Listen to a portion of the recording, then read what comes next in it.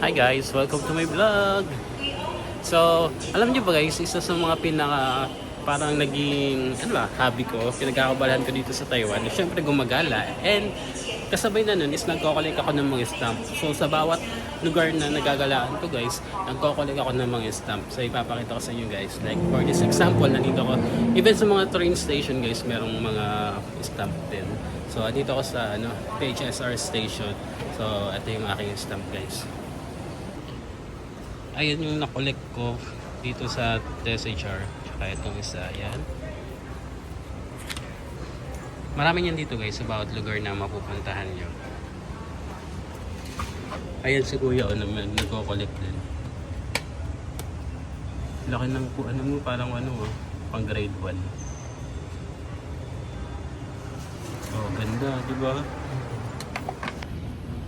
Andito ako guys sa Kaohsiung Museum. Maraming mga stamp dito guys yung sa mga museum, yan. So, naliligaw pa ako. In fairness guys, maganda dito Merong entrance dito guys na 90 NT.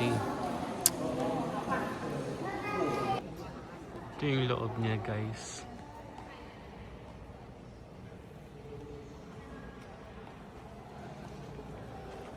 Ano to?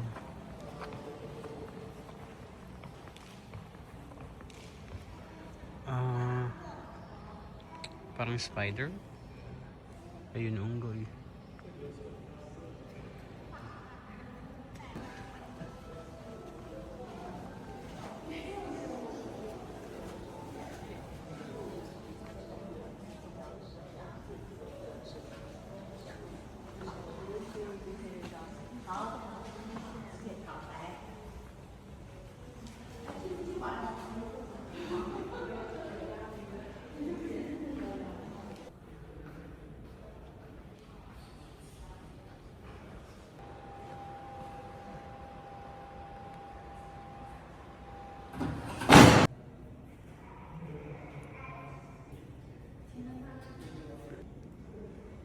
Ito.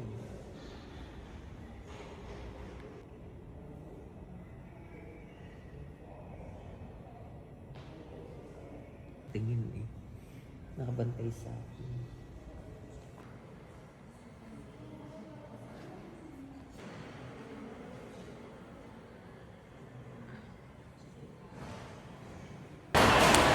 Meron ako na-collect guys dito sa Thousand Buddha na stamp. Ang ganda niya guys, colored. Yan. So, 4 na patong siya guys. Pero namang number yung mga stamp. Pag susunod-sunodin mo lang para maging ganyan yung niya, yung itsura niya. Pakita ko at least. Wait. Ayan yung stamp ko. May number siya. 1, 2, 3, 4. Tapos ang kaka-resort niya, kakalabasan niya is ganyan. Nakapuno na ako ng 2 booklet guys.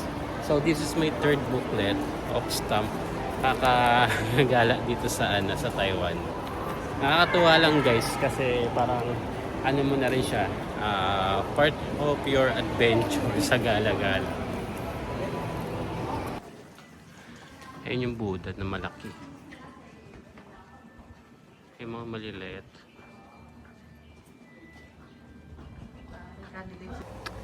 Dami ko ng ito yung pinaka-favorite ko guys sa mga stamp ko. Yung sa may Red Tea House sa Xiamen, Taipei. Dami na. Ang ganda rin ito. Ayon sa Shanghai Shek. Diba? 2024 pa yung 2024 pa yun. Yung iba hindi ko na nalalagyan ng date. Kasi nakalimutan ko na rin. Ganda. Hindi pa puno itong isa. Bago lang to pero mapupuno na naman.